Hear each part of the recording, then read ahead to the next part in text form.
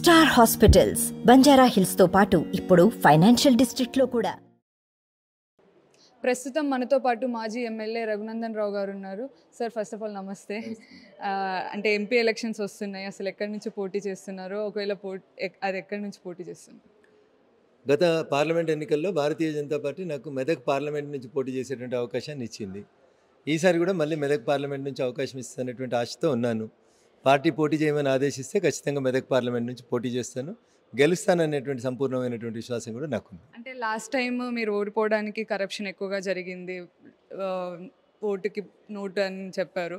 So ఈసారి అలాంటి జాగ్రత్తలు ఎలాంటి జాగ్రత్తలు తీసుకోబోతున్నారు? పార్లమెంట్ ఎన్నికల్లో పోయినసారి 17 స్థానాలలో 4 గెలిస్తే మిగతా 4 స్థానాలలో మాకు 2 లక్షల పైచీలకు ఓట్లు వచ్చినాయి. దాంట్లో మెదక్ పార్లమెంట్ ఒకటిది. చివరి రోజు పోయి నామినేషన్ వేసినా మా మెదక్ ప్రజలను ఆశీర్వదించాలనేటువంటి ప్రయత్నం జరిగింది. పార్లమెంట్కి జరిగేటువంటి ఎన్నికల్లో డబ్బులు పంపిణీ అయినటువంటి కార్యక్రమం పెద్దగా పనిచేస్తుందని నేను అనుకోను. ఇప్పుడు ప్రజల ముందు 2 అంశాలు ఉన్నాయి. ఒకటి, మోడీ గారి పాలనను సమర్థిస్తూ ఓటు వేయడమా, మోడీ గారిని వ్యతిరేకిస్తూ ఓటు వేయడం అనేది 2 అంశాలు ప్రజల ముందుకు వస్తూ ఉన్నాయి. ఈ దేశంలో ఎందుకు, ప్రపంచంలోనే ఏ సర్వే సంస్థ, ఏ న్యూస్ ఏజెన్సీ ఎక్కడ ఏ సర్వే చేసినా నరేంద్ర మోడీ గారి ఫాలోయింగ్ గత 10 సంవత్సరాల ప్రధానమంత్రి తర్వాత కూడా దినదినం ప్రవర్తమానమై పెరిగింది తప్ప ఎక్కడ తగ్గలేదు. కాబట్టి నరేంద్రుడికి ఓటేయాలని దేశ ప్రజలు కోరుకుంటారు, దాంట్లో తెలంగాణ కూడా ఉంటుంది. కాబట్టి డబ్బుల ప్రభావం కంటే ఎక్కువ ఈ దేశాన్ని సేఫ్గా, ఈ దేశ ప్రజల్ని సేఫ్గా, ఈ దేశంలో మెజారిటీ ప్రజలు కోరుకునేటువంటి మతాన్ని సేఫ్గా ఉంచేటువంటి పార్టీ భారతీయ జనతా పార్టీ అనేటువంటి విశ్వాసం ప్రజలకు ఉంది. కాబట్టి ఖచ్చితంగా దేశ ప్రజలు మళ్ళొకసారి నరేంద్రుడి నాయకత్వాన్ని బలపరుస్తారనేటువంటి విశ్వాసం నాకుంది. రేవంత్ రెడ్డి వెళ్ళి సెంట్రల్లో ఉన్న కొంతమంది మినిస్టర్స్ని కలుస్తున్నారు. సో దీన్ని మీరు ఎలా చూస్తారు? ఇది మంచిది పద్ధతేనా, లేకపోతే ఎలా చూస్తారు? అంటే రాష్ట్ర కేంద్ర ప్రభుత్వాల మధ్యలో ఉండాల్సినటువంటి సంబంధ బాంధవ్యాలని తిరిగి పునరుద్ధరింపజేయడానికి ఈ రాష్ట్ర ముఖ్యమంత్రి గారు చేసేటువంటి ప్రయత్నాన్ని స్వాగతించాల్సిందే. ఆయన కాంగ్రెస్, మేము బీజేపీని కాకుండా తెలంగాణ రాష్ట్ర ప్రభుత్వ అధినేతగా, భారత ప్రభుత్వ అధినేత దగ్గరికి పోయినప్పుడు డెఫినెట్గా ప్రజాస్వామ్యాన్ని గౌరవించేటువంటి వ్యక్తులుగా మేము తప్పకుండా దాన్ని స్వాగతిస్తాం. అట్లాంటి కార్డియల్ రిలేషన్షిప్ అనేటిది కేంద్ర రాష్ట్ర ప్రభుత్వాల మధ్య ఉంటేనే బాగుంటుంది అనేది కూడా నా ఆలోచన. ఇంకొకటి, అయోధ్య ఓపెనింగ్ అనేది కేవలం ఎలక్షన్స్కి ముందు ఒక ఇది వెపన్ లాగా వాడుతున్నారు అని చెప్తున్నారు ప్రతిపక్షాలు. సో దీనిపైన మీరేమన్నారు? సో అన్నం తినేటోడు ఎవడు కూడా ఇట్లాంటి మాటలు మాట్లాడొద్దు అనేది నేను చెప్పదలుచుకున్నాను. ఎందుకంటే గుడి నిర్మాణం ప్రారంభమైంది, పూర్తయిన తర్వాత ఓపెనింగ్ చేస్తారు, మధ్యలో ఓపెనింగ్ చేయరు కదా. ఎన్నికల టైం కంటే కొద్ది రోజుల ముందు వస్తూ ఉంది. అది బీజేపీ కడుతుందా, భారత ప్రభుత్వం కడుతుందా, నరేంద్ర మోడీ గారు డబ్బులు ఇచ్చిరా? ఈ దేశంలో ఉన్నటువంటి మెజారిటీ ప్రజలు, కొంతమంది మైనారిటీ పెద్దలు కూడా అక్కడ రామ మందిర నిర్మాణం జరగాలని కోరుకున్నారు. మీరు 10 రూపాయలు ఇవ్వచ్చు, నేను 100 రూపాయలు ఇవ్వచ్చు, ఇంకొక 1,00,000 రూపాయలు ఇవ్వచ్చు. ప్రజలు ఇచ్చినటువంటి డబ్బుతో ఆ మతాన్ని నమ్ముతున్నటువంటి ప్రజలు మా మతానికి సంబంధించిన ఒక గుడి ఉండాలని వాళ్ళ సొంత డబ్బులు ఇచ్చి కట్టుకుంటున్నారు. ఇది భారత ప్రభుత్వం ప్రారంభిస్తలేదు. సోనియా గాంధీ గారు కూడా ఇన్విటేషన్ పంపించింది.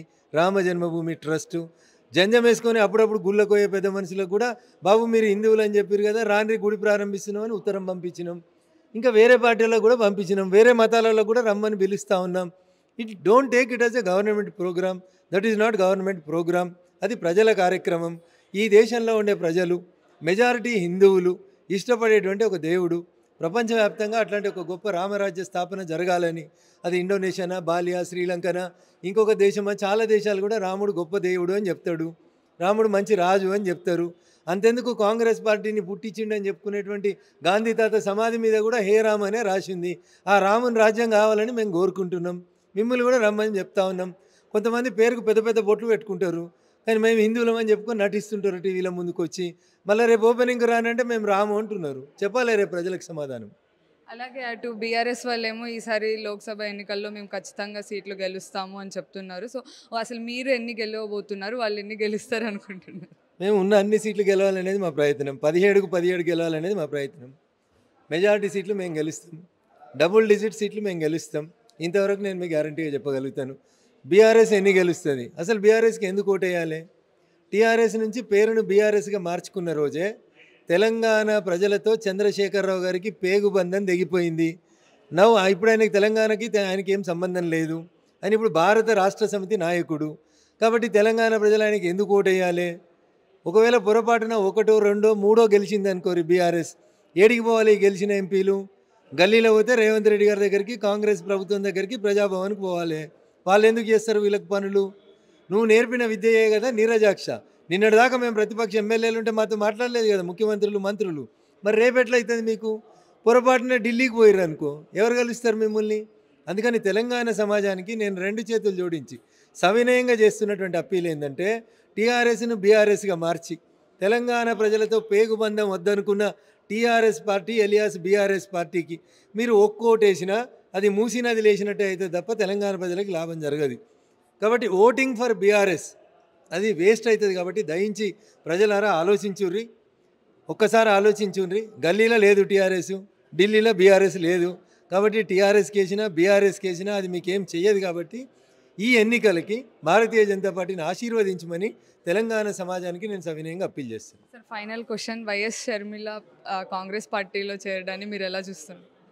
భారత ప్రజాస్వామ్యం మీరు ఏ పార్టీలో చేరినా, మీరు ఎవరికి ఓటేయమని అడిగినా, ఫ్రీడమ్ ఆఫ్ స్పీచ్ ఆర్టికల్ 19 మీ ఇష్టం ఉన్నట్టు మీరు మాట్లాడేటువంటి స్వేచ్ఛనిచ్చింది.